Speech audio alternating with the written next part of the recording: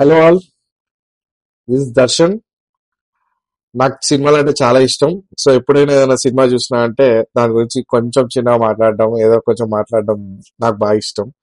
So అట్లనే నా experience share చేసుకుంటున్నా. ఇప్పుడు నేను భారతీయుడు టూ, ఇప్పుడు ఇండియన్ టూ అని కూడా అంటున్నారు. సో ఇండియన్ టూ మూవీ చూసి వచ్చిన.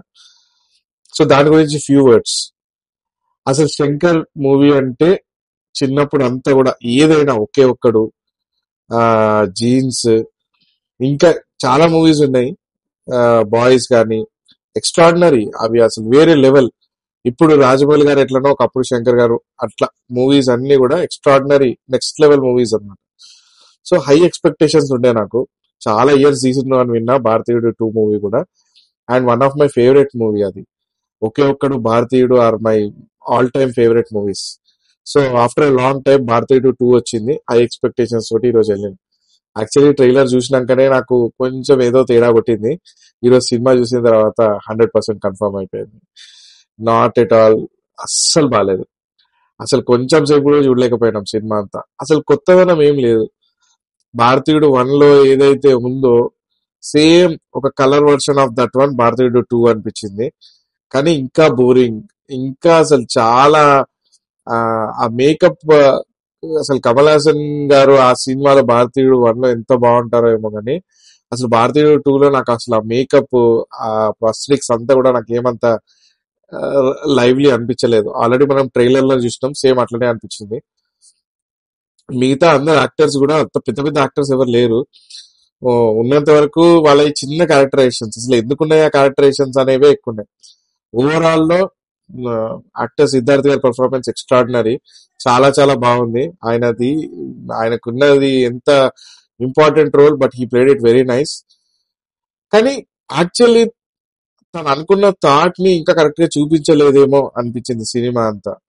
అండ్ సినిమా చూస్తున్నంతసేపు ఇది వర్కౌట్ కాదేమో, ఈ థాట్ మీద ఎందుకు వెళ్ళిండ్రు, ఎవరెవరినో వస్తున్నారు చంపేస్తున్నారు, అసలు వీళ్ళని ఎందుకు చంపాలి, వాళ్ళని చంపుకుంటా ఆ రీజన్ చెప్పుకుంటా చాలా ఆర్టిఫిషియల్ గా అనిపించింది మూవీ అంతా కూడా. అసలు డైరెక్టర్ శంకర్ మూవీస్ అంటే వేరే లెవెల్. ఏదో ఎక్స్పెక్టేషన్స్ హై పెట్టుకున్నా అండ్ వెళ్ళి చూసి అన్సాటిస్ఫైడ్ ఉన్నా అన్నట్టుగా అట్లా కాదు. అసలు ఎవరు చూసినా కూడా ఆల్రెడీ పార్టీ టాక్ కూడా వచ్చేసి ఉంటది. He can do great movies. చాలా స్కోప్ ఉన్న డైరెక్టర్. ఎందుకో మరి నాకు తెలియదు. అసలు సినిమా ఫస్ట్ హాఫ్ అయిపోయేసరికి తలకాయ పట్టుకున్నా. ఇప్పుడు వచ్చే సినిమా కాదు.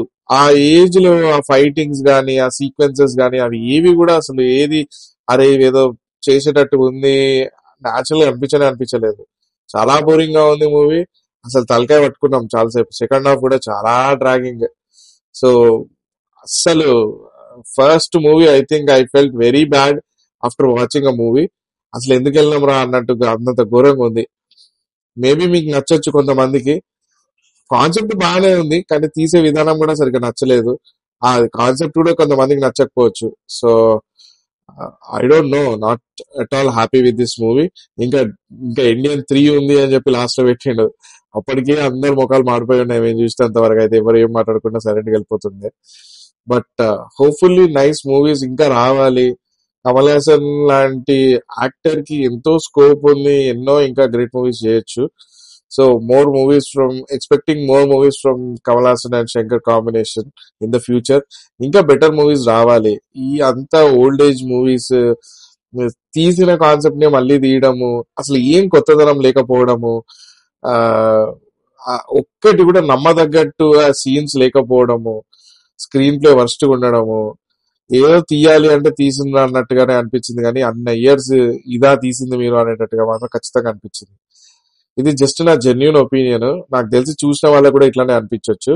So yeah, that's all about భారతీయుడు టూ మూవీ ఎక్స్పీరియన్స్. మీకు నచ్చినా నచ్చకపోయినా I don't no, this is just sharing my feelings, అంతే ఎక్స్పీరియన్స్. ఒక మూవీ లవర్ గా నాకు అనిపించింది, నేను చెప్తున్నాను. So hope you all feel the same way. If not, yeah, please let me know in your comments. Don't spread any negativity here. I'm just sharing my experience. So that's all about Bharatiyu 2. Please like, share, and comment here on this channel, Virginia Vasi.